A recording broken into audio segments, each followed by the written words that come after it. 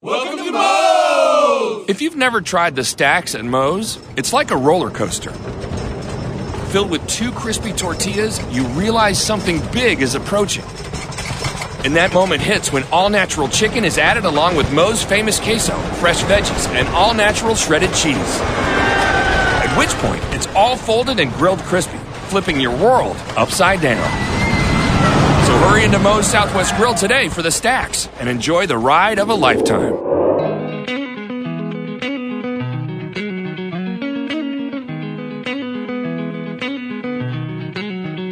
We are hitting the post. NorthJerseySports.com's original multimedia series talking all things soccer across North Jersey. This is Season 3, Episode 1, our debut edition for the brand new year. And we are being sponsored by Moe's Southwest Grill. I am Corey Doviak, being joined by, it's been hard to keep co-hosts on this show. I mean, they fly in with grand fanfare, and then they're gone before you even know it. But for the second year running, It is consistent as we welcome in the former Cliffside Park head soccer coach, now a head muckety-muck in various little leagues, in various sports across North Jersey, Jimmy Fucci. What's going on, Jimmy? Thank you for signing my second-year contract. You're right. Well, am I making more than your boy Barton yet or no? Well, Richie, why don't you answer that question? I didn't get to look at your player option for the year, but I'm sure you are, because I'm sure you're going to do more legwork than I will. I'm kidding. I'm going to be out there watching games, talking to coaches, talking to fans, talking to players. You're just going to be sitting back, just talking to your coach friends from 20 years ago. That's it. That's it. I got the easy Richie job. B, those are the dulcet tones of Richie Ballgame Barton. Richie B, you and I, we're at the starting line of the marathon right now as we tape this here on Wednesday night. It's been a slow rollout to the season, but tomorrow everything gets going in earnest. Are you ready? I'm as ready as I'll ever be. You could tell by just looking at me that I'm in marathon shape, and or a shape. It may be round or pear, but 26 miles. I'm ready to go. Yeah, and as so you proved by going to the Eastern Christian scrimmage yesterday. Is that correct? Oh, don't get me started. Including going to 4 fields to go find it. Yeah.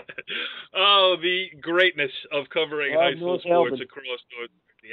And I am one who feels your pain, pal. Absolutely. I have been there. I have showed up to empty fields as well. But we don't have an empty slate tonight because the first guest of the new season here on Hitting the Post is a good one. And a friend of all of ours, actually.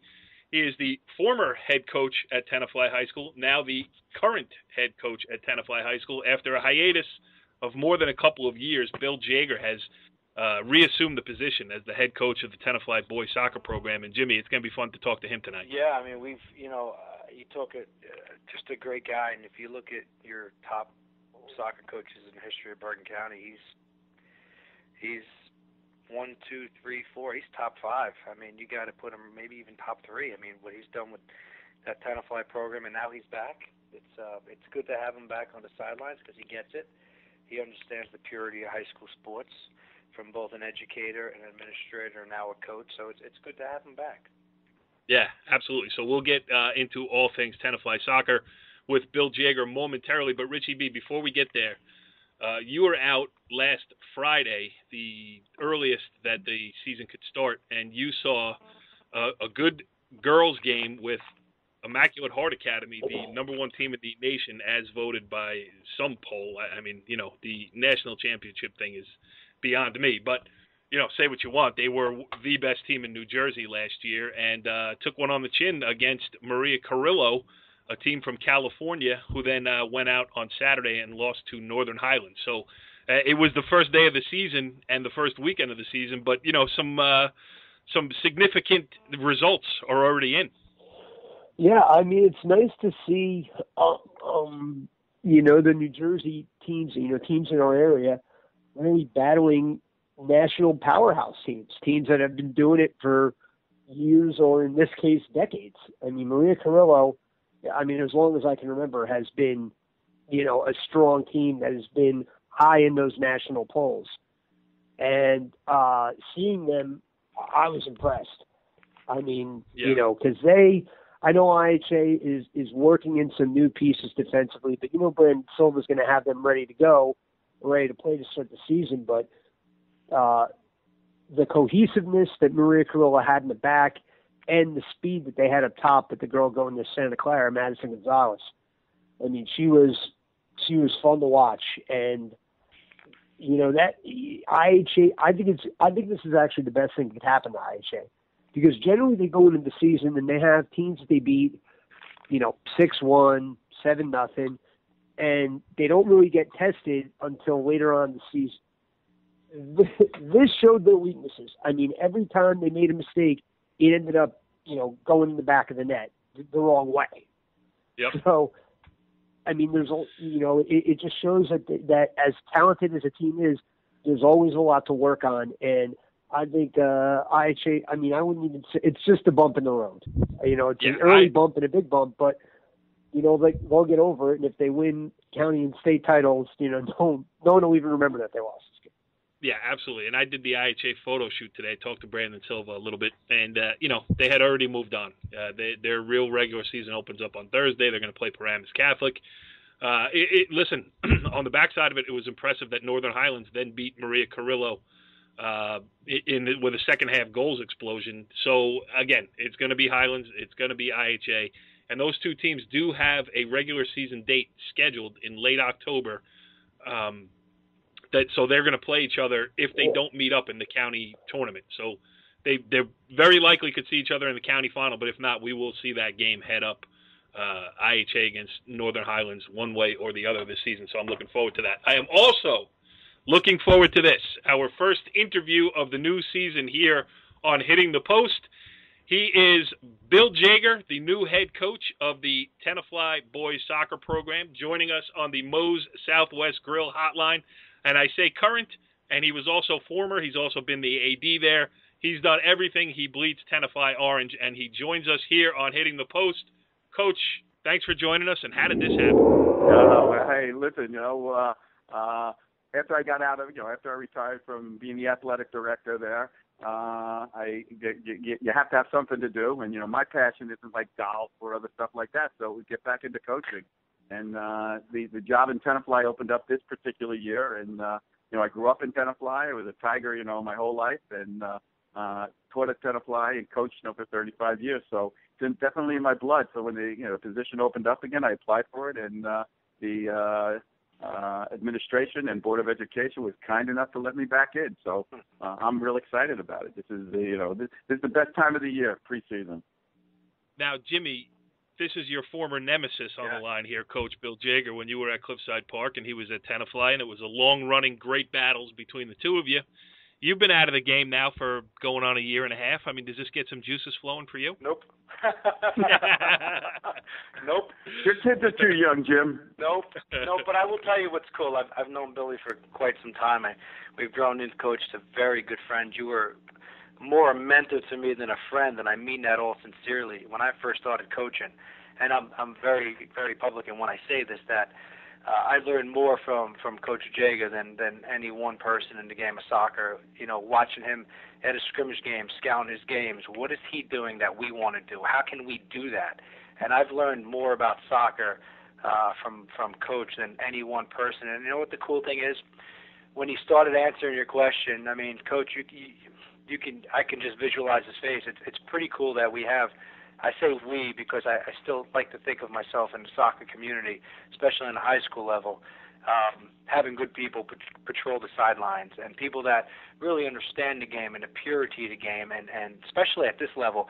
But, Coach, hearing you answer Corey's question, you had a grin from ear to ear. I've known you long enough, and, it's cool to see you back in the game, and to hear you talk with a smile is even better, because I know you are where you should be and you are where you always wanted to be. So congrats for coming back, man. Okay, that's it. Show's over. Hey. No, amen, Jimmy. I echo. When do I have to give you that $10 now, Jim? You still owe me $10 from that goalkeeper that I got all county for you, buddy. There you go. There you go. All well, right. but I echo everything Jimmy just said. And, Coach, I mean, just how great is it to be back? Oh, it's the absolute best. I mean, the thing that I miss, when as the athletic director today's athletic director, athletic supervisor, whatever, you're really, it's such an administrative job. I think, years ago, you could really interact, I think, a lot more directly with the coaches and the players, but, I was married to my computer, basically, all the time. And it was great. I mean, I loved being the athletic director, with all the sports and making all the, so many great decisions and meeting so many people and, it's problem solving in all kinds of different ways. But what I really missed was, the interaction, the direct interaction you have with kids. And, that's why you love, at least why I love coaching is, you get a chance to teach, kids, interact with kids. And, if you're successful, somewhere down the line, you give them something that makes them successful. I mean, and it's not just on the field, as Jimmy knows, and that the lessons that you're learning out on the field there, and that kids come back years later, and it's what they do with their life and that, and they come back and they tell you that they said, you taught me how to compete, you taught me how to overcome adversity, you taught me how to be a good teammate, and those kind of stuff. And there's nothing better. Money doesn't buy that kind of stuff. Yeah, absolutely. Jimmy, you got a question for him? I got two, if you don't mind, Cole. Go ahead. Being an AD, Coach, how difficult was it for you to watch your program? I mean, I know it wasn't your program when you were the AD, but it's still your program. Everybody knows Coach Jaeger was the legendary coach. How difficult was Sitting over there in his golf cart with the Tiger right at the front right wheel. There you go. Well, I'll tell you, the first year, I stayed a little too close to the sideline there. A little unfair to Dave Schiff, who first took over for me there and that, because it was hard not to yell out at the kids there and that. And then I realized that, I better back up and, be, 40 or 50, at least 40 or 50 feet away from the sideline there and that, so I don't have to yell at them too much there and that. Hey, it's like anything else that you spend that much time. I mean, I was coaching at Tenafly. I did, 8 years of JV coach, and then, varsity coach for over 20 years and that. So, it's your life, it's your baby, it's everything about it. So, it was always hard, when the soccer games came on, early on to be on the sideline and not actually be directly involved in the games. But, you learn to realize that you let it go, like, you let your kids go a little bit and you appreciate it for what it is out there. But it's not an easy thing to do. Well, my second question is when I went to go watch you guys play Cliffside the other day, I've been on the other side of the touchline from you for quite some time in some games, and it didn't seem like you were as animated. You weren't yelling as much. It seemed like you were sitting there with your legs crossed, and you seem you were a lot calmer now this time around than I remember when we played against each other the few times we played underneath under the lights. So I guess my question to you would be, has the game changed? Has players changed over the course of, would you say, 9 years that you haven't been coaching? And how? Absolutely. You reach kids, as a classroom teacher, and obviously as a coach, which is the same thing. You just reach kids differently. There are kids, you'll yell at and ride kids and push, the buttons for certain kids can take it, but more of that is whispered in their ear, I think, a little bit more than screaming at them out on the field there and that. I don't think, kids respond that well, to you yelling and screaming at them out on the fields. And so they're different in that way. And then I think I'm just different, in realizing that that's not always the best way to do it. You can get kids to respond, I think, when you yell at them for a short period of time. But if you really want the kid to be, a great athlete and real successful over and over and over again, it's a whole different process, So I'd have to say I think I grew as a coach, too, in that respect. And then as an athletic director, you get the opportunity to see a lot of great coaches and see how they do it. So, you pick up things there and that. So, that combined with being older, I just don't have that energy to go screaming at them all the time. Well, yeah, I think we all feel that too. Yeah. But you know what, though? Okay, so let's get on. I mean, the story, the comeback is great. I mean, it's great to see you back on the sidelines. But now you got to go win some soccer games, and you're retaking over the program after such a great year last year. I mean, they won the first state sectional title for the first time since 2003. made it to the quarterfinals of the Bergen County tournament, and if not for one bad header across the face of goal, might have made it deeper in that tournament. You lose a lot of really talented seniors from that team. Talk about this year's Tigers a little bit. Sure, absolutely. I mean, I think that the seniors that they lost down the middle, they were key seniors in that they were guys that have played for like 3 or 4 years, starters. And so, whether, you're looking at the sweeper back, Jacob, who played back there for 4 years, George, who played in the middle of the field for them for 4 years, running everything.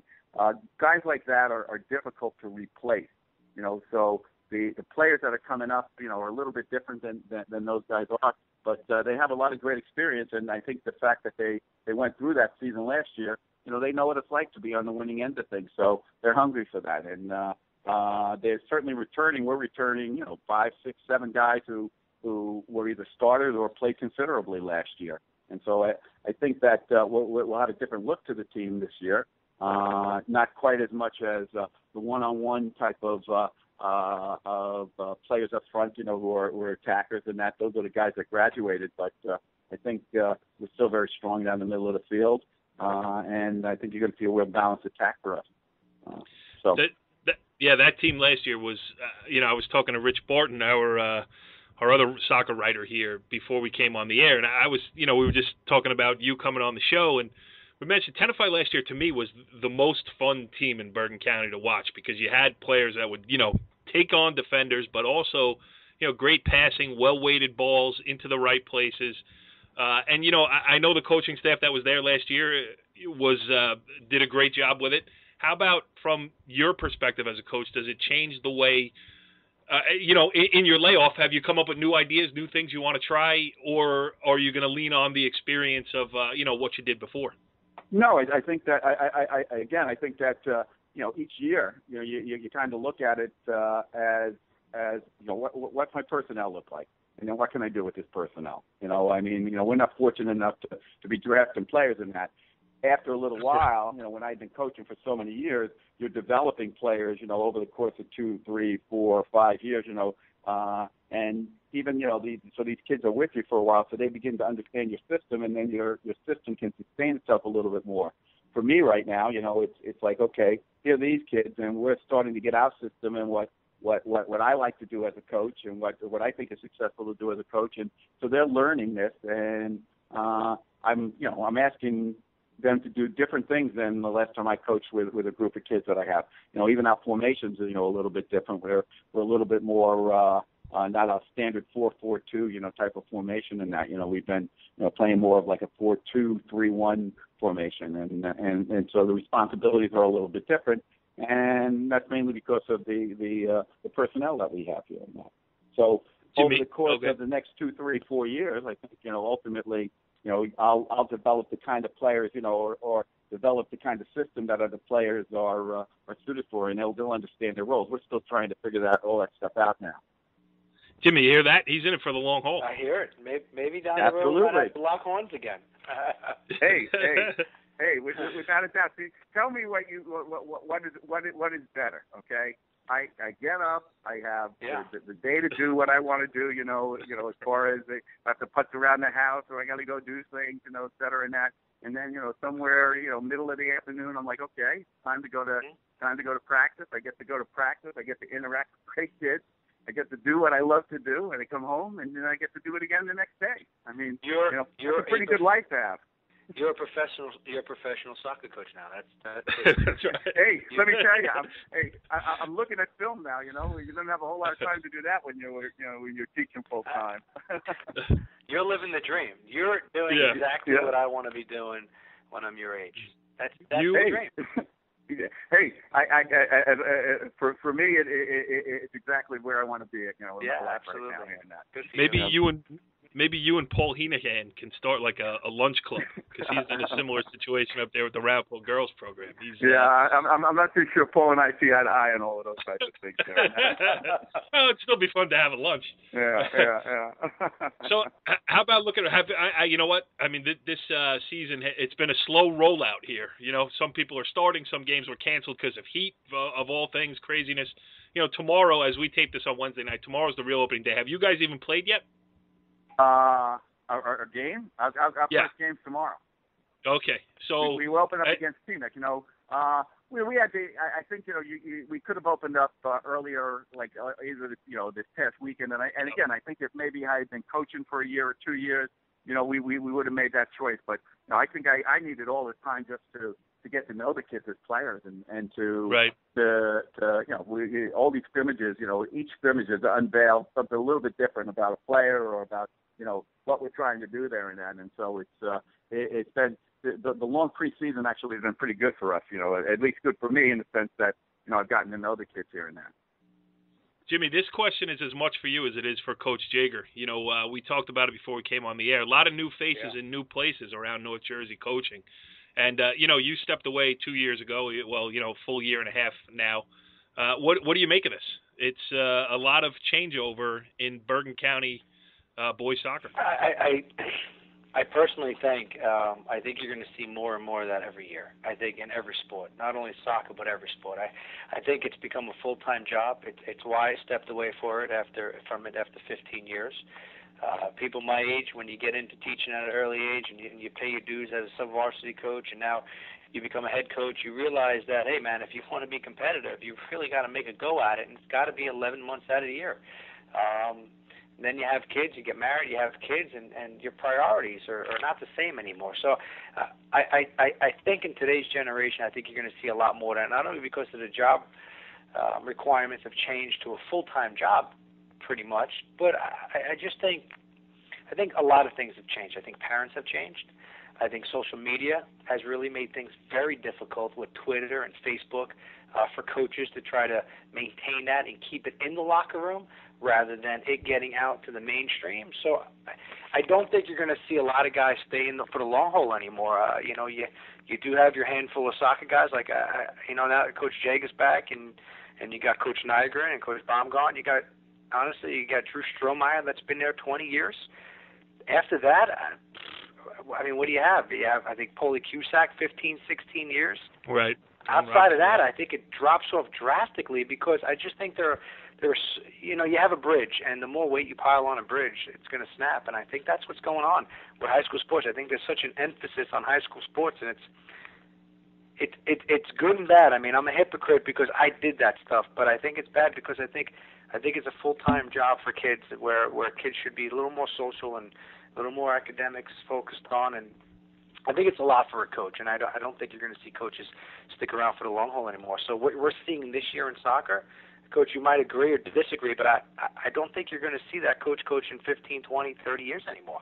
And I think it's going to be hey, listen, I think you're absolutely right, like Jimmy, and part of this also is the fact that, as a coach, you're just out there. And, it's not your primary job. Right. Most of the coaches are teachers, and, you can all of a sudden wind up, in some difficulty as a coach. You're out there and you're burping for boards of education about you said something wrong to a kid. And it's, as I say, it's a more public forum that it's out there all the time. So, I think that some people would say, listen, I'm not sure I want to put myself out there, and risk my job, even and stuff like that, in regards to it. I know when I was athletic director, so that was quite apparent to me, and I think that as you know, Jim, you've had great athletic directors that you work with at Cliffside Park. The current one notwithstanding. First shot across the bow of John Lombardo on the new season of Hitting the Post. There you go. But hey, listen, I knew that I had to do everything that I could to make it easier for the coach. And that made it, that put me in more hours, and I would have to do more things than that. But for me, where I was in my life, it was a lot easier. But I'm looking at a young coach who's got a family, and is teaching and is trying to do the right thing. And that I said, there just aren't enough hours in the day to do it all. Yeah, and still, be the good person that you want to be all the time there. And that, so I agree with you. I think it's really, really hard. And part of it is that people just, they're unforgiving to coaches sometimes, and they just can't be that way. No, I mean, Coach, you said you lose your job. It's not a job. You're losing a career. I mean, right? You know, I mean, I've got 18 years at Cliffside. I'll be honest with you, and I'm the first one to say it. I wasn't the easiest guy to play for. I was very demanding, and if I coached anywhere else, I don't think I last 2 or 3 years because of my coaching style. But on the flip side of it, my kids never got suspended. They always sat in the front row. You know, we sent 30-something kids to play college soccer in 14, 15 years, and our kids were very well respected. So, you know, coaching and being a disciplinarian almost now is almost obsolete because I do see a lot of young coaches that want to be called by their first name. Coach Zen and Joe, and it's mind-boggling to me as a disciplinarian that I was when I was a coach, and I am as a teacher, that coaches now want to be called by their first name, and coaches now want to be friends with the kids. I think it's a very tricky situation, and I think that, Corey, honestly, I think there should be a forum. I think the Bergen County Coaches Association and the Women's Association should come together and have a forum and educate parents and educate, you know, administrators and coaches about the pros and cons about coaching and the negative side of it, because you're talking about somebody's career. You know, you're sticking yourself out there for $9,000, possibly $10,000. Some people are getting $5,000, anywhere between $5,000 and $10,000 to coach a sport. And your lesson, all right, every coach loses their mind every once in a while. And God forbid that's put on a phone, and now that's put on social media. You're done. You're done. Yeah. And what is there to protect you? Billy was a great AD. I worked for Joe Tavey, who was great, and John Lombardo, who was great. But there's only so much that ADs can do to protect you. Once it's on social media and blown up, you're suspended without or with pay until you're seen in court and everything's resolved.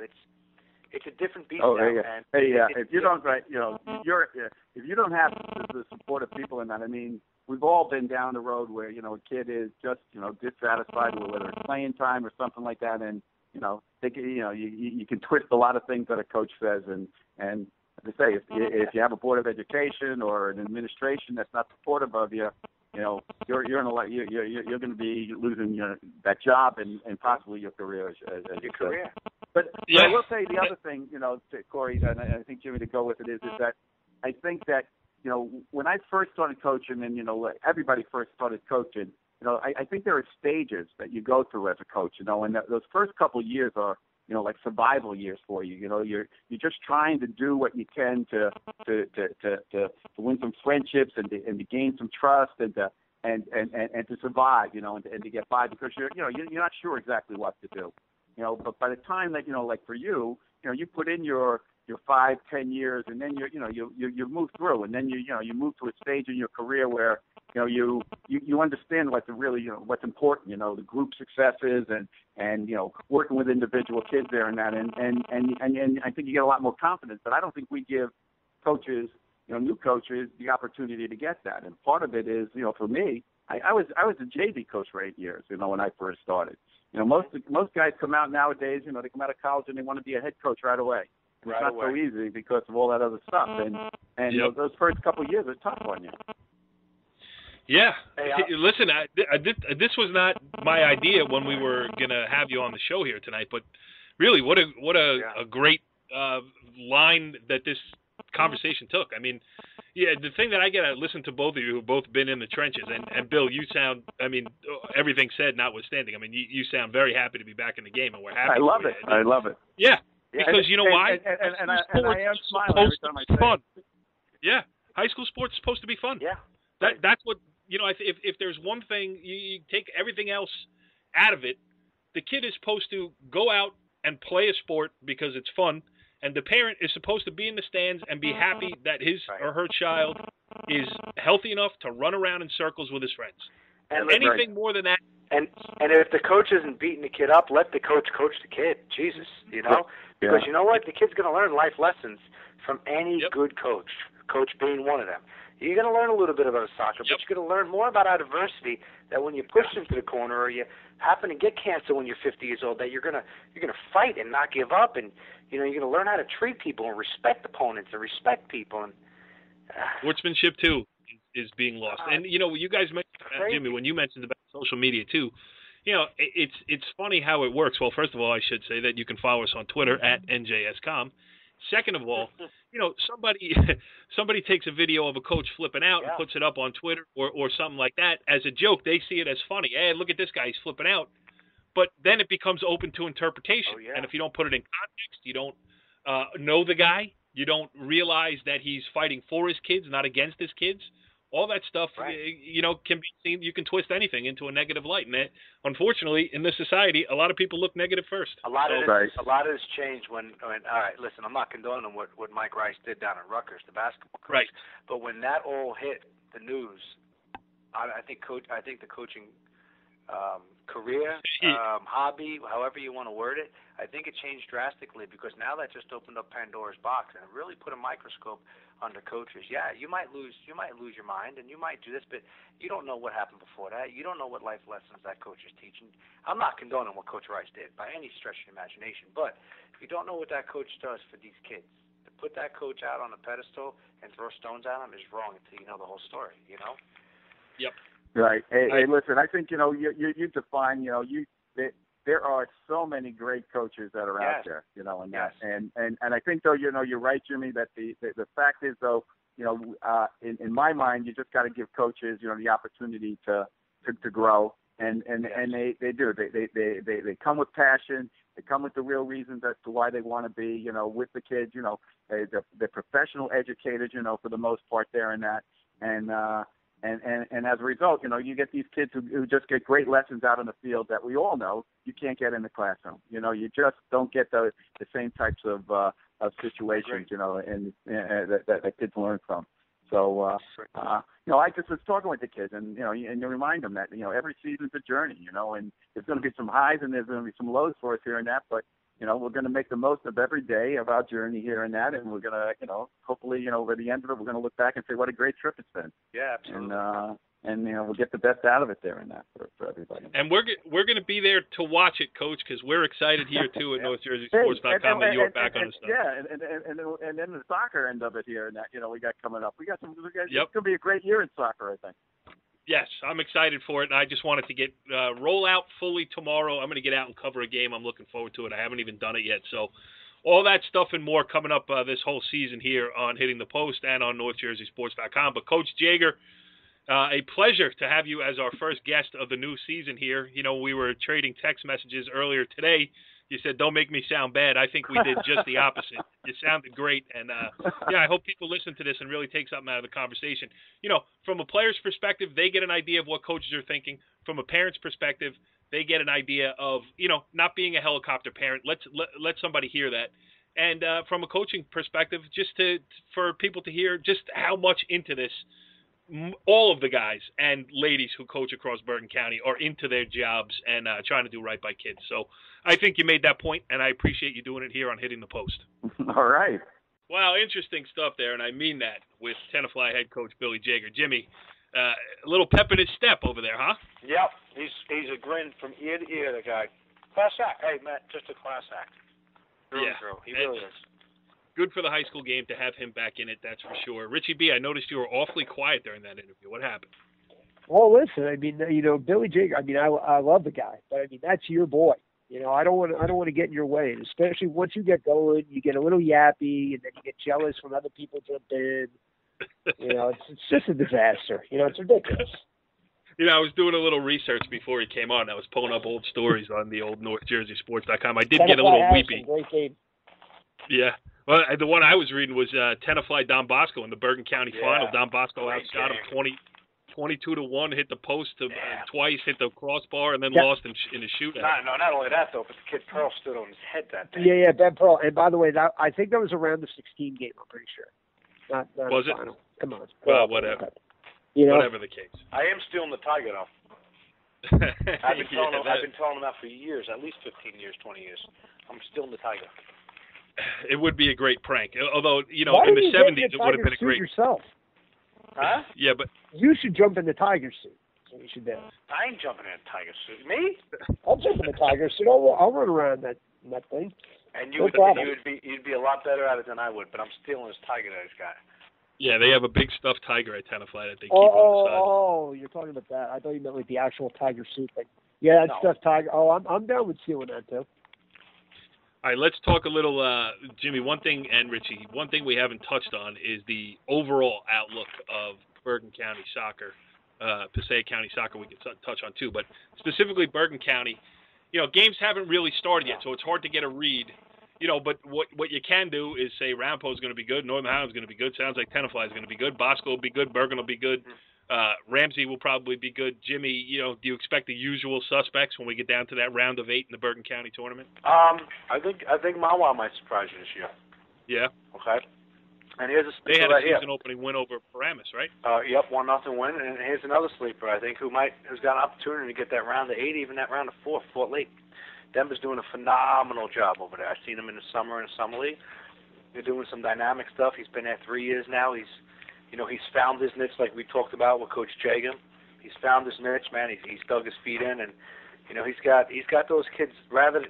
Fort Lee loses a lot of kids to Bergen Catholic. Rather than going Bergen Catholic, they're staying now in Fort Lee. So watch out for Fort Lee. Yeah, well, people forget. I mean, you know, Corey, because you were at the game. I mean, Fort Lee had Rampo on the ropes in the county. Rampo won the whole county tournament. They had him on the ropes.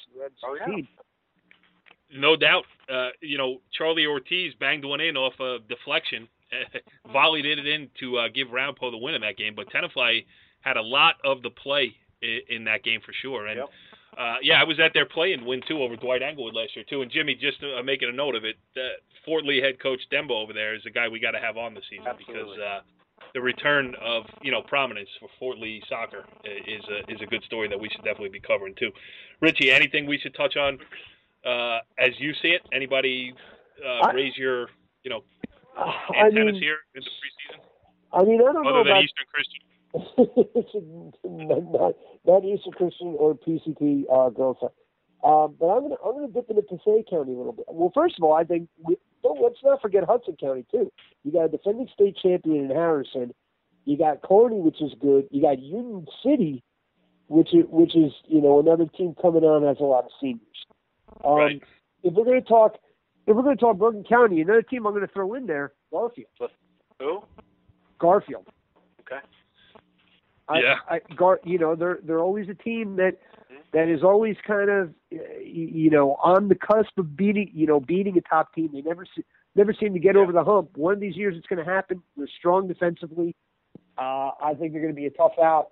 Come county tournament time. Passaic County, Clifton always a strong team. I think they had a disappointing end when they lost to Ridgewood in a shootout in the state tournament.